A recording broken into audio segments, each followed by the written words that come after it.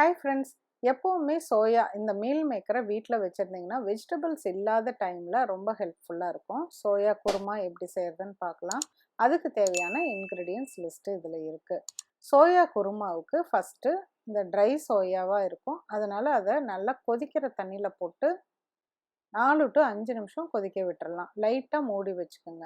இது பெரிய சைஸ் சோயாவாக இருக்கிறதுனால 4 to 5 நிமிஷம். கொஞ்சம் சின்ன சைஸாக இருந்ததுன்னா ஒரு 3 to 4 மினிட்ஸ் போதும். கொதிச்சு முடிச்சப்புறம் இதை நல்லா தண்ணியை வடிச்சிட்டு பச்சை தண்ணியில் வாஷ் பண்ணிக்கங்க. இப்போ நல்ல தண்ணி வேணும்னா நீங்கள் டம்ளரில் பிடிச்சி கூட ஊற்றிக்கலாம். இது வந்து டேப்லேயும் நல்ல தண்ணி, அதனால் இப்படியே நான் கழுவிட்டேன்.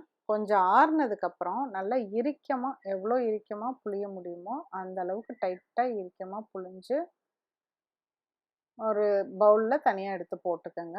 இந்த அளவுக்கு நல்லா ட்ரையாக டைட்டாக புளிஞ்சு எடுத்துருங்க.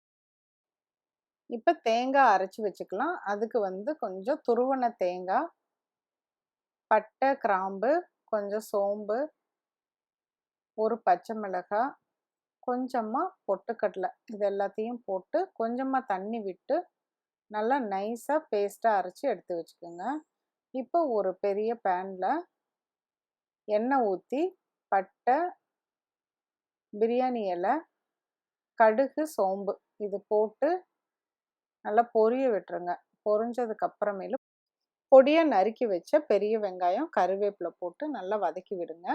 வெங்காயம் நல்லா வந்து கலர் மாறட்டும், இந்த அளவுக்கு நல்லா கலர் மாறட்டும். அதுக்கப்புறமேலு இஞ்சி பூண்டு பேஸ்ட்டு சேர்த்துங்க. இஞ்சி பூண்டு பேஸ்ட்டு சேர்த்து இந்த வெங்காயத்தோட நல்லா மிக்ஸ் ஆகி வதக்கி விடுங்க. வதங்கினதுக்கு அப்புறமேலு இப்படி அகலமான பேனாக இருந்தால் வெங்காயம் அந்த மிக்ஸை வந்து ஒரு ஓரமாக நகர்த்திட்டு பொடியாக அரிஞ்ச ஒரு பெரிய தக்காளி அதை வந்து போட்டுக்கலாம். போட்டு நல்லா வதக்கி விடுங்க. இது ஏன்னா அப்போ தான் தக்காளி வந்து சீக்கிரம் நல்லா மசிஞ்சு வரும். ஒன்றா மிக்ஸ் பண்ணாலும் பரவாயில்ல. இப்போ வந்து மஞ்சத்தூள், மிளகாத்தூள், கொத்தமல்லி தூள், கொஞ்சமாக பெப்பர் பவுடர், கரம் மசாலா கொஞ்சம், இது எல்லாத்தையும் சேர்த்திட்டு கூடவே கொஞ்சம் உப்பும் சேர்த்தி மறுபடியும் நல்லா வதக்கி விடுங்க. இந்த மசாலா வந்து தக்காளி வெங்காயத்தோட மிக்ஸ் ஆகட்டும். இது நல்லா மிக்ஸ் ஆனதுக்கு அப்புறமேலு நம்ம ரெடி பண்ணி எடுத்து வச்சுருக்க சோயாவை போட்டுடலாம். இது பெரிய சைஸாக இருந்தனால பாதி பாதியாக கட் பண்ணி எடுத்து வச்சுட்டேன். இப்போ இந்த மசாலாவில் நீங்கள் சோயாவையும் போட்டு நல்லா மிக்ஸ் பண்ணிடுங்க. அது ஃபுல்லாக சோயா மேலே ஸ்ப்ரெட் ஆகட்டும். இந்த அளவுக்கு வந்து அந்த மிக்சர் வந்து ஃபுல்லாக ஸ்ப்ரெட் ஆனால் தான் அந்த மசாலா சோயாக்குள்ளார இறங்கி டேஸ்ட் வந்து கிடைக்கும். இப்போ நம்ம தேங்காய் அரைச்சி வச்சுருக்கோம்ல, அதை வந்து இப்போ இந்த மசாலா கூட சேர்த்திட்டு ஒரு டம்ளர் தண்ணி ஊற்றிக்கோங்க. தண்ணி ஊற்றி நல்லா கலந்து விடுங்க. இப்போ தேங்காய் கலவையை கலக்கிறப்ப கொஞ்சம் ஃபஸ்ட்டு வந்து வெள்ளையாக இருக்கிற மாதிரி இருக்கும். கொஞ்சம் கொதித்த உடனேயே அந்த குழம்பு கலர் வந்து நல்ல எல்லோ கலராக சேஞ்ச் ஆயிரும். பாருங்கள், கொஞ்சம் சூடாகிறதுக்குள்ளேயே கலர் வந்து சேஞ்ச் ஆயிடுச்சு.